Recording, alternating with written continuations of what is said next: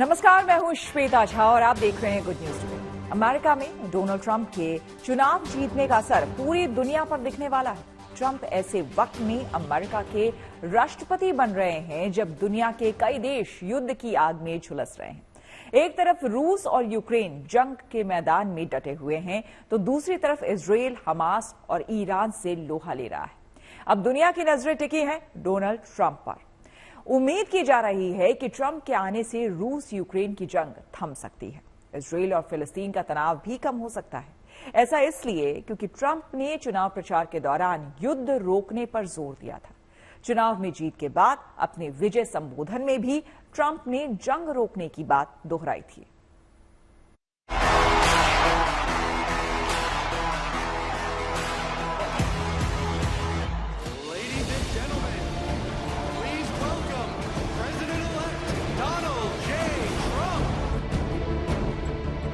To put our country first. Elected your 47th president and your 45th president.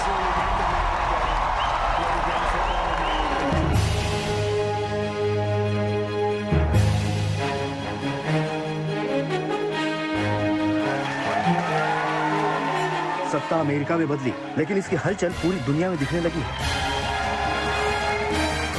Donald Trump America के 47वें राष्ट्रपति बनने जा रहे हैं। अगले 2 महीने के भीतर वो राष्ट्रपति पद की शपथ लेंगे। व्हाइट हाउस में उनकी वापसी सिर्फ अमेरिका ही नहीं, बल्कि दूसरे कई मुल्कों में बड़े बदलाव के संकेत लेकर आ रही है। डोनाल्ड ट्रंप ऐसे वक्त में अमेरिका की सत्ता के सिंहासन पर बैठ रहे हैं जब दुनिया के कई देश युद्ध के आग में झुलस रहे हैं। एक तरफ रूस और यूक्रेन का युद्ध थमने का नाम नहीं ले रहा है, तो दूसरी तरफ मिडिल ईस्ट में इजराइल, हमास, हिजबुल्लाह और ईरान से अकेले ही लोहा ले रहा है। जंग रूस यूक्रेन में हो या इजराइल हमास में, हर जंग का एक सिरा कहीं न कहीं अमेरिका से जुड़ा हुआ है।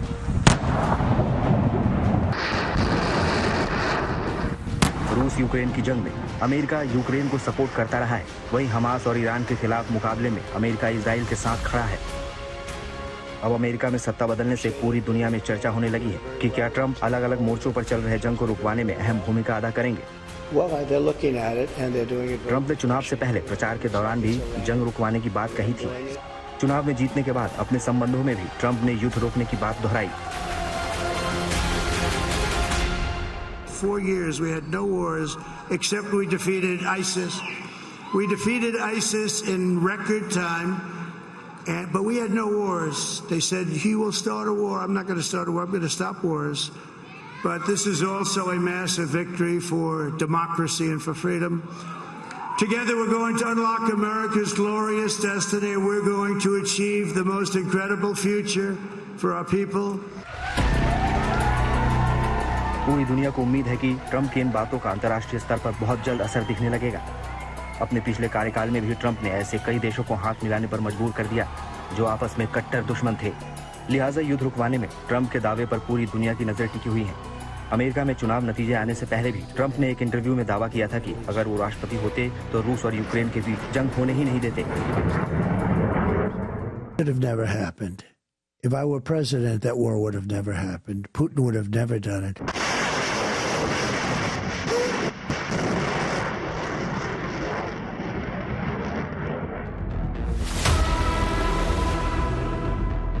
डोनाल्ड ट्रंप जल्द से जल्द युद्ध रुकवाना चाहते हैं, लेकिन न तो जेलेंस्की हथियार डालने को तैयार है और न ही पुतिन पीछे हटना चाहते हैं। ऐसे में ट्रंप के लिए भी रूस यूक्रेन युद्ध को रुकवाना एक बड़ी चुनौती है। हालांकि बाइडेन के मुकाबले ट्रंप के पुतिन से ज्यादा अच्छे रिश्ते हैं।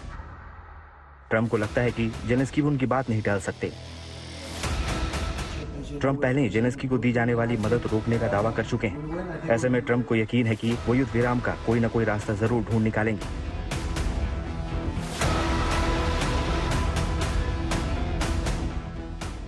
That as president-elect, I would get that war stopped and stopped fast. You know, we have tremendous power in the United States if you know how to use the power. This future will be bigger, better. Trump के इस वादे में वजन इसलिए भी लग रहा है क्योंकि चुनाव में जीतने के बाद ट्रंप के लिए बधाई संदेश रूस से भी आया था। पुतिन ने ट्रंप के राष्ट्रपति चुने जाने के 2 दिन बाद गुरुवार को उन्हें बधाई दी। take this opportunity to offer my congratulations on his election as President of the United States. As I said before, we are going to work with any head of state that is going to garner the trust of the American. I'm thrilled to be back in the city I love, and thousands of proud, hard-working American patriots here with me. We're all together. Trump ने अपने चुनाव प्रचार के दौरान कई बार रूस Ukraine जंग को खत्म करने का दावा किया था। अब वो जीत गए हैं तो युद्ध विराम की उम्मीद बढ़ गई है। युद्ध विराम की उम्मीदों वाले संकेत रूस की तरफ से भी मिलने लगे हैं। रूसी राष्ट्रपति पुतिन भी ट्रंप से बात करने को तैयार हैं। If he does what he has been promising, before the inauguration, if he makes a phone call, if he says, Vladimir, let's meet, I don't think it would be beneath me to call him myself. So you're willing to talk to Trump? Yes, we are. पूरी दुनिया जानती है कि Trump और Putin के बीच की chemistry America के दूसरे राष्ट्रपतियों के मुकाबले बेहतर है। करीब 5 साल पहले की ये तस्वीरें इस करीबी की गवाही दे रही है। इन तस्वीरों को देखकर कोई नहीं कह सकता कि ये दो दुश्मन देशों के राष्ट्रीय अध्यक्षों की मुलाकात है। अब चर्चा इस बात की हो रही है कि आखिर ट्रंप का प्लान क्या है। आखिर रूस और यूक्रेन के बीच की जंग रोकने की राह कहां से निकलेगी।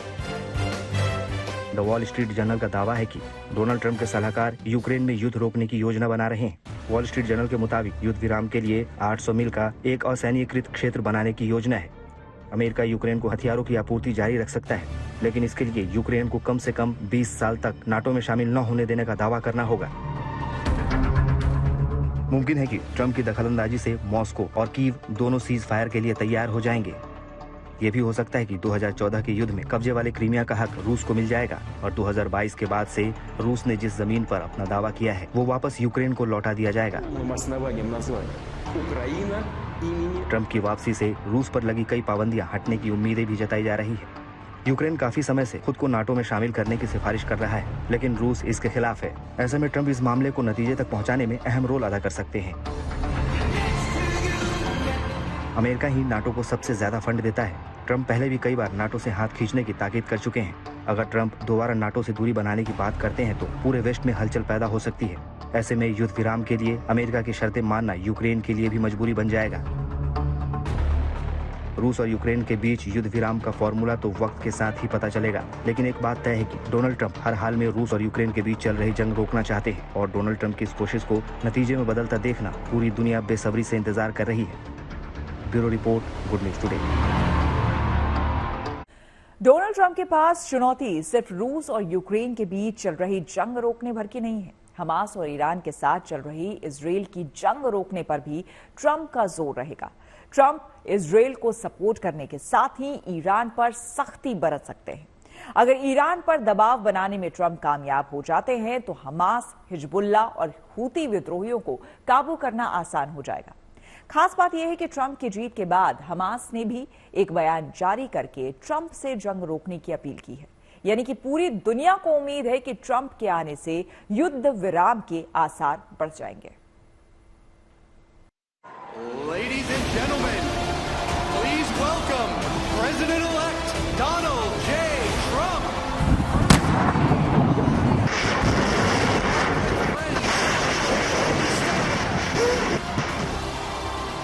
अमेरिका में डोनाल्ड ट्रंप सत्ता में ऐसे वक्त आए जब मिडिल ईस्ट का एक बड़ा हिस्सा जंग की आग में झुलस रहा है।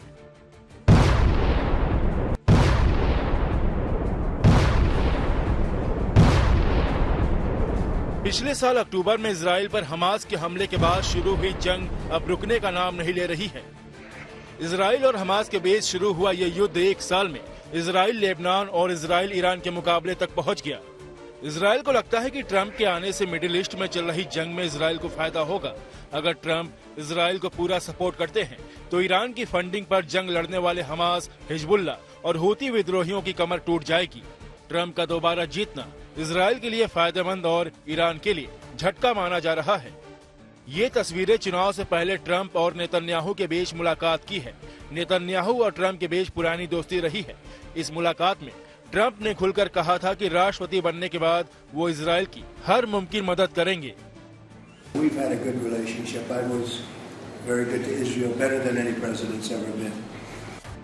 नेतन्याहू ट्रंप को व्हाइट हाउस में अब तक का सबसे अच्छा मित्र तक कह चुके हैं।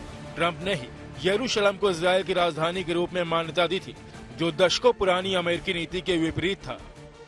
Trump, thank you for today's historic decision to recognize Jerusalem as Israel's capital. The Jewish people and the Jewish state will be forever grateful. Hamas, Hezbollah और हुती से एक साथ मुकाबला कर रहे इजराइल को लगता है कि अमेरिका में उसका और भी मजबूत दोस्त सत्ता में आ चुका है। नेतन्याहू ने ट्रंप की जीत पर बधाई देते हुए कहा था कि ये ऐतिहासिक वापसी अमेरिका और इजराइल के संबंधों को और मजबूत करेगी। ट्रंप की सत्ता में वापसी से एक तरफ इजराइल खुश है तो दूसरी तरफ ईरान की बेचैनी बढ़ गई है। चुनाव जीतने से पहले भी ईरान ट्रंप के निशाने पर रहा है। ट्रंप ने अपने ऊपर हुए हमले के लिए भी ईरान पर ही शक जताया था। As you know, there have been 2 assassination attempts on my life that we know of, and they may or may not involve, but possibly do, Iran. अब ट्रंप सत्ता में आ चुके हैं, लिहाजा ईरान के खेमे में खलबली मचना लाजमी है। अब देखना यह है कि ट्रंप ईरान के खिलाफ क्या एक्शन लेते हैं। क्या राष्ट्रपति बनने के बाद ट्रंप ईरान को धूल चटा देंगे, जो सलाह उन्होंने जो बाइडेन को दी थी। We've been threatened very directly by Iran, and I think you have to let them know, because the best way to do it is through the office of the president, that you do any attacks on former presidents or candidates for president, your country gets blown to smithereens. Trump के सत्ता में आने के बाद Iran को अपने ऊपर लगने वाले प्रतिबंधों की फिक्र सताने लगी है। इस फिक्र की वजह इतिहास के वाकयों में छिपी है। ये ट्रंप ही थे जिन्होंने 2018 में एक तरफा फैसला लेते हुए ईरान से परमाणु समझौता तोड़ दिया था। ट्रंप के कार्यकाल में ही ईरान के सबसे ताकतवर कमांडर कासिम सुलेमानी की हत्या हुई थी। सत्ता में आने के बाद और चुनाव प्रचार के दौरान डोनाल्ड ट्रंप युद्ध रोकने की बात कह चुके हैं, लेकिन ये कोशिश वो ईरान पर सख्ती बरत कर अंजाम तक पहुंचाने का रास्ता अपनाएंगे। इजराइल मजबूत होगा तो ईरान और उसके सहयोगियों की ताकत कम हो जाएगी। डोनाल्ड ट्रंप के साथ काम कर चुके जॉन बोल्टन का भी यही मानना है कि ईरान को लेकर ट्रंप अपने पहले के रुख पर ही कायम रहेंगे।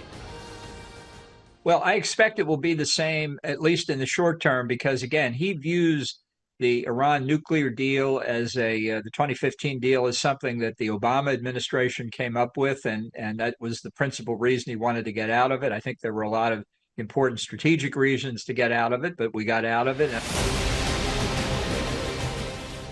ट्रंप के सत्ता में आने से मिडिल ईस्ट में युद्ध विराम की कोशिशों के संकेत फिलिस्तीनी आतंकी ग्रुप हमास से भी आने लगे। इजराइल के साथ जंग में हमास को भी बड़ा नुकसान हुआ है। हमास के कई कमांडर और पॉलिटिकल चीफ इस युद्ध में अपनी जान गंवा चुके हैं। इजराइल लगातार हमास के ठिकानों पर हमले कर रहा है। हमास ईरान के सहयोग से इजराइल का मुकाबला करने में जुटा है, लेकिन ये जंग लड़ना उसके लिए आसान नहीं है।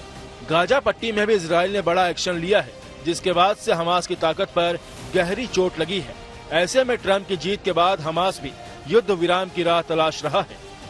अमेरिका में ट्रंप की जीत के बाद हमास ने एक बयान जारी किया है। इस बयान में हमास ने डोनाल्ड ट्रंप से गुजारिश की है कि वो गाजा में युद्ध रोकने को अपनी प्राथमिकता बनाए। इस बयान में गाजा पट्टी और वेस्ट बैंक में इजराइल के एक्शन पर रोक की मांग की गई है। साथ ही इजराइल के साथ चल रही जंग रोकने के लिए गंभीरता से लेने की अपील की गई है। हमास ने ट्रंप प्रशासन से अपने वैध अधिकारों को मान्यता देने का आग्रह भी किया है।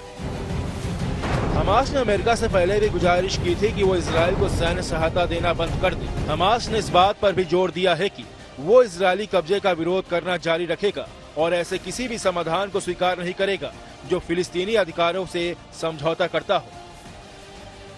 अमेरिका में डोनाल्ड ट्रंप की जीत से ईरान, हमास, हिजबुल्लाह और हूती के खेमे में बेचैनी बढ़ गई है, लेकिन इसके बावजूद हमास की ट्रंप से की गई गुजारिश युद्ध विराम की उम्मीदों को मजबूत कर रही है। इजराइल हो या फिलिस्तीन, इस युद्ध में दोनों को बड़ा नुकसान हुआ है।